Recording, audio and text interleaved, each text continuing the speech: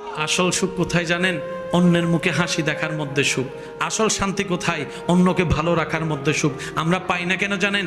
আমরা অন্যের মুখের হাসি কেড়ে নিজে হাসার চেষ্টা করি, অন্যকে আগুনে ফেলে নিজে অ্যাসির মধ্যে থাকার চেষ্টা করি, অন্যকে বেইজ্জতি করে নিজে ইজ্জতে থাকার স্বপ্ন দেখি।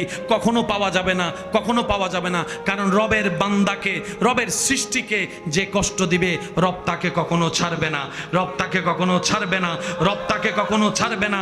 রব্বুল আলামিন অতীত বর্তমান সব জানার পরও হাসরের বিচার রেখেছেন। তার অন্যতম একটা কারণ হচ্ছে এই দুনিয়াতে যারা টাকার কারণে বিচার পায় নাই, সম্পদের কারণে বিচার পায় নাই, পাওয়ার না থাকার কারণে বিচার পায় নাই, সম্পদের জুলুমের কারণে অত্যাচারিত হয়েছে, বিচার পায় নাই। আল্লাহ সবাইকে হাসরে নিয়ে বলবে, বান্দা দুনিয়াতে তো টাকার কাছে তোর ন্যায় বিচার হেরে গেছিল, শক্তির সামনে তোর ন্যায় বিচার হেরে গেছিল, জনপাওয়ার না থাকার কারণে তোর পক্ষে কেউ কথা বলে